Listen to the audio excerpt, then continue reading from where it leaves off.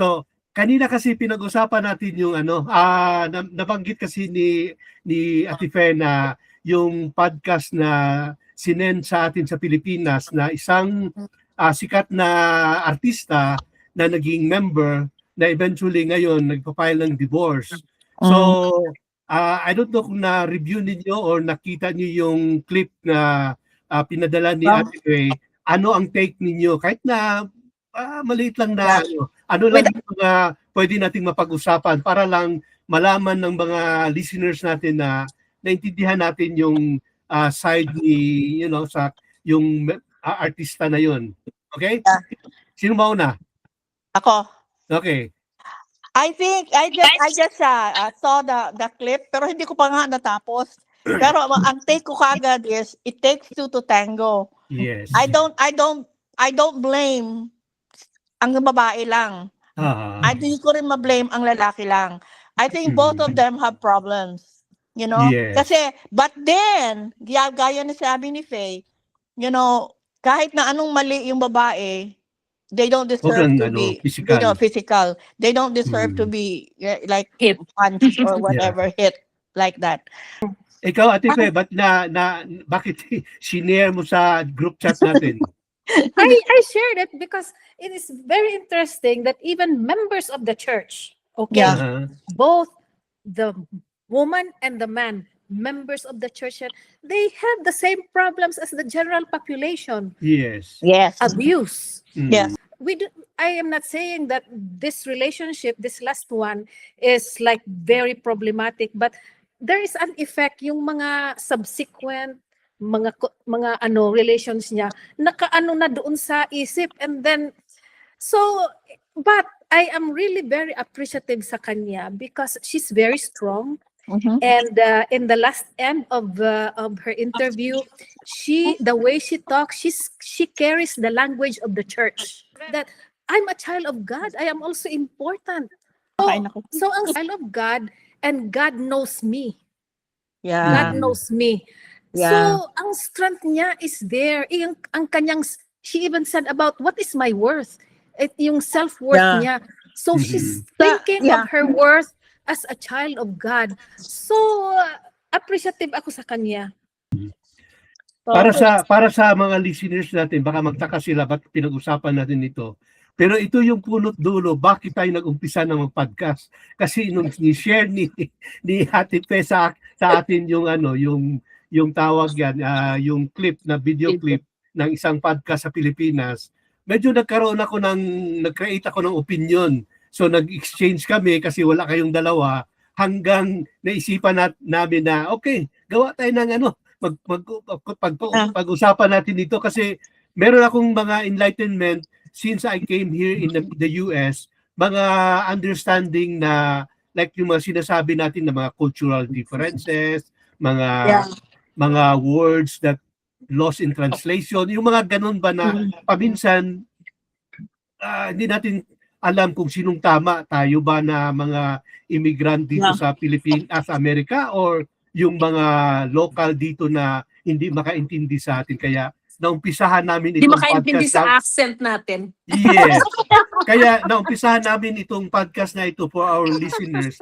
It's because dahil lang doon sa discussion namin kanina about sa isang podcast sa Pilipinas. How we carry ourselves. So sa kanila, siyempre, hindi naman natin sila na judge or anything. Only God can judge them, right? Yeah. So we do not know exactly what did happen from the very beginning kasi hindi naman yan magpa-fire up yung ganyang klaseng sitwasyon if kung walang nangyaring unang-una pa Pero hindi naman natin alam. So hindi tayo pwede mag-judge sa kanila. We're just saying nagko-komentar lang tayo. But that doesn't mean na pareho silang may mali o pareho silang tama. Wala tayong we just want to clarify that, okay? Parang para at least pero it's a good experience para sa atin na kahit gano'n na nangyayari sa atin, strong pa rin tayo sa simbahan. Yun ang importante. No, strong pa rin tayo sa testimony natin, and we know that we are a child of God. We are a daughter of our Heavenly Father who would always be there to follow His commands, and kahit gaano kahirap, gaano kadaming problema natin, tatayo tayo at tutulungan niya tayong tumayo sa mga problema natin. Okay? Alright. Kaya pa, in Kaya 15 pa. minutes, pag-usapan natin yung biyaheng Pilipinas, pag-uwi mo, pag-bakasyon. Ano-ano yung mga preparation pag bumabiyahe tayo ng Pilipinas at ano ang expectation ng mga kababayan or mga kapamilya natin sa Pilipinas? Pasalubong. Alam mo, kasi ako no, kasi nga, this coming Saturday, I'm going home for vacation. Good luck. It's been a while. It's been a while since I had this cancer. Tapos namatay ang asawa ko a day after my surgery. Alam ko maraming tao hindi nakakaalam yan eh. So, it was such a tragic experience for me. And then yung nanay. Tapos yan, ganun din, namatay din. October 9, na-surgery ako. October 10, namatay asawa ko. October 15, namatay ang nanay ko. October 17, tinawagan ako ng physician assistant ko for another surgery. Until 24 nag-start ba ako ito? 2024? 2024. Yeah, 24. Okay. And then I 24. started my chemo ng February 7. Tapos natapos ako ngayon January 2007. And that's the reason why tinapos ko muna lahat ang treatment ko before ako nagplano talaga. Pinayagan ako ng colleagues ko na to go on a vacation. And for my vacation, number one na inaano ko yan kasi alam mo malaking pamilya ko. So I have to prepare kung ano yung mga pasalubong. Eh sabi ko nga parang na-over yata ako ng pagbili ng mga pasalubong. 8 boxes na yung naipag-uli ko doon. Mag-excess luggage pa yata ako dito eh. Huwag niyo akong gagayahin, mali yun. Whatever you can bring, yun lang kailangan nyo. Yeah. Yun lang yun. Pero, but you still really have to prepare physically, yung health no, importante yan kasi iba ang weather sa Pilipinas.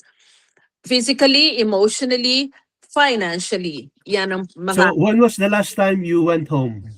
2022 was the Okay. last time when I went home. Si Ate Fe, kailan? Last year. 2025, February. Oh, so bago lang. Which is recently. Kung ang Ikaw, Ate Ako, Joy. 2025, September. So Oh. more recent. More Yeah, 23, I'm sorry. Ako yung pinakahuli, 2020. We were there. Kasi yun yung We were time na there. kami. 22 when we moved to Utah and then a year after, nakauwi kami ng Pilipinas. Oh, Pilipinas, at 23. one point, I went home not until 8 years later. Yeah. 8 Wow. years. Sa, Mahirap. sa, Tagal, no? sa amin, 9 years. Kaya first, Oh. uwi mo namin yung nung 2023. Oh. Yeah. Okay.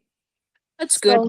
Kailangan lang talaga mag-prepare. At saka sana yung mga relatives natin sa Pilipinas, kasi pag nagpasalubong ako, hindi lang sa relatives ko. Pati yung mga kapitbahay ko, mga kaibigan ko, mga churchmates ko, lahat na lang yata ng tao. Lahat na lang. Tapos may mga last minute na kaya ako mag-e-excess kasi may mga last minute na request eh. Na That's hindi ko pwede that's very Joy La Demora.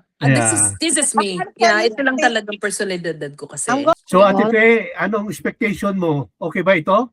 Or kung gusto mo mag-solo na monologue, pwede mong i-record sa sa tawag nito, sa cellphone mo.